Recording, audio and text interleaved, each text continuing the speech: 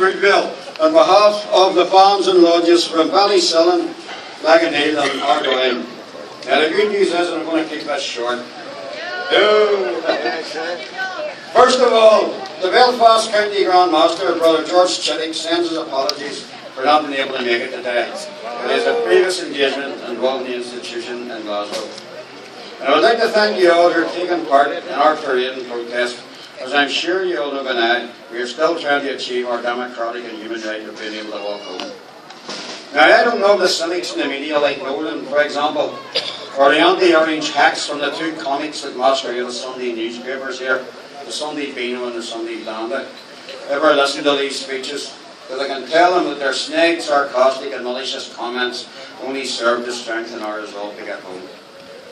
Nolan especially jokes about us getting home, saying things like, are we staying in a tent or have we never been to our houses since last July? So on, things like that. What these people, along with the government and the iniquitous Parades Commission, need to understand is that we are not talking about individual people. We are talking about corporate groups, lodges and bands here being stopped. Even when we remove our regalia and try and go along the footpath or blocked. The simple fact is that on the 12th of July morning, we leave our homes as orange men and orange women. We only want to be able to return home that evening as orange men and orange women. This would not be an issue anywhere in the world, except perhaps in North Korea and in the People's Republic of Ardoyne. And we don't even walk through Ardoyne, despite the continuing rabbiting by our own pal Jerry Kelly. He's like a broken record, an annoying and irritating broken record. He's been told often enough, but maybe mixing up all those strange chemicals when he was younger has affected his brain. But we're continually told about Harvey Parade through Ardoyne Mountain View in the Dales. Maybe he could inform us all what part of Ardoyne Mountain View in the Dales we parade through. Is that going to assure Kelly, Cork and the Parades Commission that we will never parade in the streets of these areas without the support of the people who live there? So what more do they want? Blood? Well yes, that's exactly what they do want. Liam had the recent Spotlight programme on the other night. I could go on for hours about that, but I can mention only 2 or 3 points. First of all, when the reporter did the survey of houses in the route, why did he not include the 16 houses in Woodvale Road that were prevented from passing? That would have affected the balance significantly, but they were left out. And then, of course, it didn't take long for the old victimhood card to be played.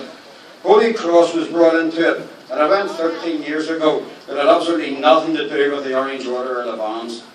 And then the old chestnut from Joe Morley. 50 people from Ardoyne have been murdered by loyalist paramilitaries. Well, Joe, you're a mathematician. Here's your homework for the next programme.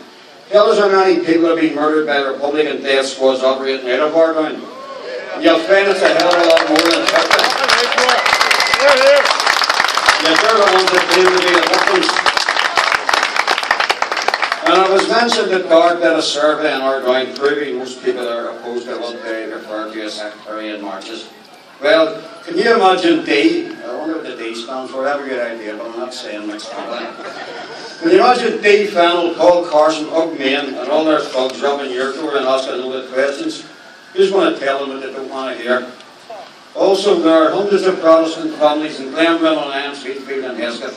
Were they included in the Ardoyne survey? Of course not. So the anti-sectarian guard carry out sectarian surveys. They couldn't make it up. But at least Mr. Carson confirmed what we all know, that it is the unrepresentative, unwanted, undemocratic, anti-Orange Parades Commission actually listened to them. If Carson's comments are another nail in the coffin of this discredited triangle, then I don't know what is. So we are getting punished because Cara can't or won't come in agreement with us, yet they can't even agree with their own community. But this government insists on ruling Northern Ireland according to the 11th commandment, thou shalt not annoy the sinners. That is the bottom line of everything that goes on. No wonder this place is a mess. Anyway, ladies and gentlemen, I promised to keep it short, so we'll end up now by asking a member of the Parade of Ardoyne Flute Band to come up on the stage, except there isn't a stage. As you all know, this band have been fully committed to the art cause, and they've rarely been found wanting.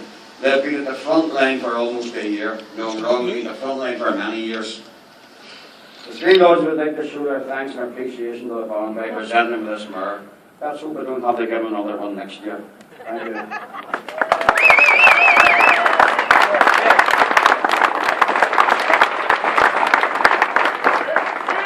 Upside down. Upside down. Let's go to Bobby's house. Don't miss that word. Bobby. I said all I have to say, your name.